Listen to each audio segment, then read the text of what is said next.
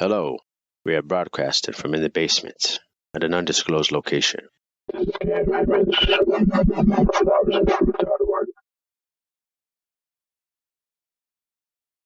Are you now a member of the Communist Party? Oh, please. Please answer, will you, Mr. Robeson? What is the Communist Party? What do you mean by that? Are you now a member of the Communist Party? Would you like to come to the ballot box when I vote and take out the ballot and see? Mr. Chairman, I respectfully suggest the witness be directed to answer the question. You are directed to answer the question. I invoke the Fifth Amendment and forget it. I respectfully suggest the witness be directed to answer the question whether, if he gave us a truthful answer, he would be supplying information which might be used against him in a criminal proceeding. You are directed to answer, Mr. Robeson. In the first place, wherever I have been in the world, the first to die in the struggle against fascism were the communists. I laid many wreaths upon the graves of communists. That is not criminal.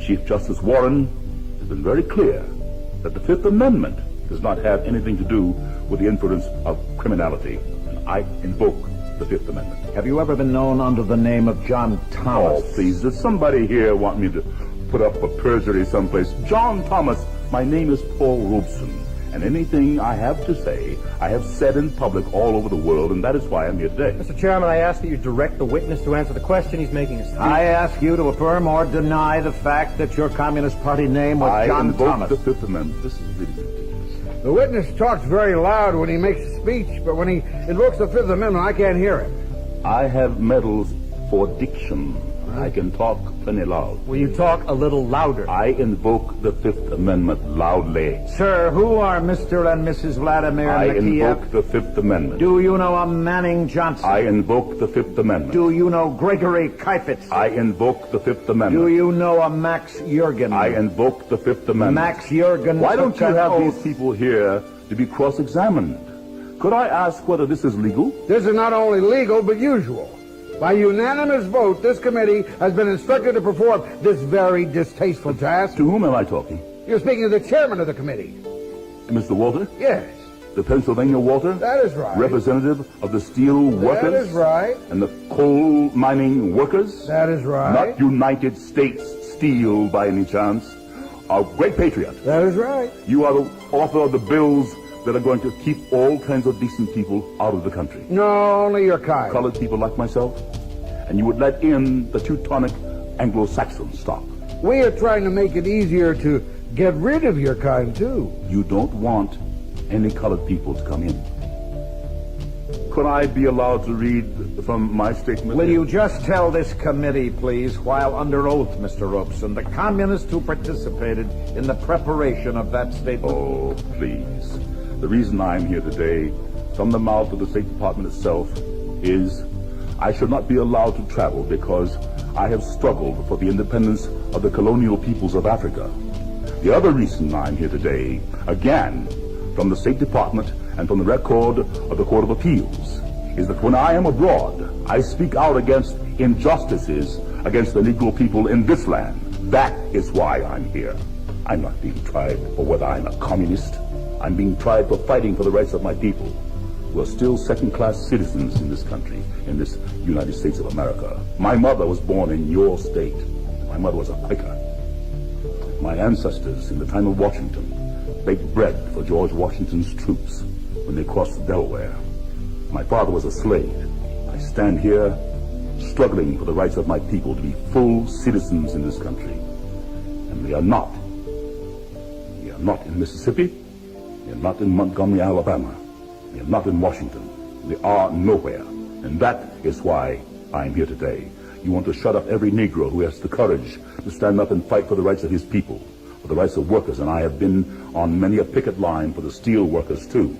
And that is why I'm here today. Would you tell us whether or not you know Thomas W. Young? I invoke the Fifth Amendment. Thomas W. Young is a Negro president of the Guide Publishing Company. I'd like to read you his testimony, quote, Paul Robeson has no moral right to place in jeopardy the welfare of the American Negro to advance a foreign cause.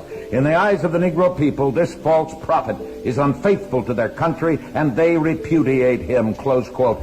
Do you know the man that said that? I invoke the Fifth Amendment now. Can I read my statement? It is a sad and bitter comment. While you were in Paris in 1949, Mr. Robeson, did you tell an audience the American Negro would never go to war against the Soviet government? May I say that is slightly out of context? May I explain to you what I did say? I remember the speech very well. 2,000 students who came from populations that would range to 600 or 700 million people asked me to say in their name that they did not want war. No part of my speech in Paris says 15 million American Negroes would do anything. I said it was my feeling that the American people would struggle for peace, and that has been since underscored by the President of these United States. Now, in passing, I said... Do you know any people who want war? Listen to me. I said it was unthinkable to me that any people could take up arms in the name of a man like Senator Eastland of Mississippi against anybody. Gentlemen, I still say that. This United States government should go to Mississippi and protect my people. That is what it should do. I lay before you, sir, an article, quote, I am looking for full freedom, unquote, by Paul Robeson in The Worker. July 3rd, 1949, quote, I said it was unthinkable that the Negro people of America or elsewhere could be drawn into war with the Soviet Union. I repeat it with 100-fold emphasis, they will not, close quote. And gentlemen, they have not. It is clear that no Americans are going to go to war with the Soviet Union. While you were in Stockholm, did you make a little speech? I made all kinds of speeches. Let me read you a quotation. Let me listen. Do so, please. I am a lawyer. It would be a revelation if you would listen to counsel. In good company, I usually listen. But you know, people wander around in such fancy places. You said, Mr. Robeson, and I quote, I belong to the American resistance movement, which fights against American imperialism, just as the resistance movement fought against Hitler. Just like Frederick Douglass and Harriet Tubman were underground railroaders and fighting for our freedom, you bet your life. I have to insist that you listen to these questions. I am listening. I quote further, why should the Negroes ever fight against the only nation in the world where racial discrimination is prohibited and where the people can live freely? Never. They will never fight against either the Soviet Union or the people's democracies, close quote. Did you make that statement? I do not remember, but what is perfectly clear today is that 900 million people, other colored people, have told you they will not. 400 million in India and millions everywhere have told you The that. witness has answered the question. He doesn't need to make a speech. Did you write an article that was published in the USSR Information Bulletin? Yes. Quote, I want to emphasize that only here in the Soviet Union did I feel that I was a real man with a capital M, close quote. I would say, what is your name? Aaron. I am quite willing to answer the question. When I was a singer years ago, and this you will have to listen to. I am listening. I am a bass singer, so for me, it was Chelyabin, the great Russian bass, not Caruso the tenor. I learned the Russian language to sing their songs. I wish you would listen now. Mr. Chairman, I ask you to direct the witness to answer the question. Just be fair with me. I ask for order. The great poet of Russia is of African blood. Let us not go It so is far important to afield. explain this. Did you make that statement? When I first went to Russia in 1934... Did you make that When I statement? first went to Russia in Did you 1934... make that statement? In Russia, I felt for the first time like a full human being. No color prejudice like in Mississippi. No color prejudice like in Washington. It was the first time I felt like a human being. Where I did not feel the pressure of color as I feel it in this committee today. Why do you not stay in Russia? Because my father was a slave, and my people died to build this country. And I'm going to stay here and have a part of it just like you, and no fascist-minded people will drive me from it. Is that clear? You are here because you are promoting the communist cause. I am here because I'm opposing the neo-fascist cause, which I see arising in these committees. Jefferson could be sitting here, and Frederick Douglass could be sitting here. Eugene Debs could be sitting here. Now, what prejudice are you talking about? You were graduated from Rutgers. You were graduated from the University of Pennsylvania. I remember seeing you play football at Lehigh. There was no prejudice against you. Just a moment. This is something I challenge very deeply, that the success of a few Negroes can make up for $700 a year for thousands of Negro families in the South.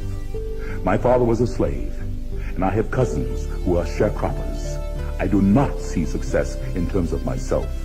I have sacrificed hundreds of thousands of dollars for what I believe in. While you were in Moscow, Mr. Robeson, did you make a speech lauding Stalin? I can't remember. Have you recently changed your mind about Stalin? To Stalin, gentlemen, is a question for the Soviet Union, and I won't argue with a representative of the people who, in building America, wasted the lives of my people. You are responsible, you and your forebears, for 60 to 100 million black people dying in the slave ships and on the plantations. Don't you ask me about anybody. I'm sure you wouldn't want to discuss with us the slave labor camps in the Soviet Union. Nothing could build more on slavery than this society, I assure you. I would invite your attention to the Daily Worker of June 29, 1949, with reference to a get-together with you and Ben Davis, formerly communist councilman in New York. Do you know Ben Davis? One of my dearest friends. He is as patriotic an American as can be, and you, gentlemen, are the non-patriots. Just a minute. You are the un-Americans. The hearing is now adjourned. I think it should be. I've endured all of this that I can. Can I read my statement? No! The meeting is adjourned. It should be.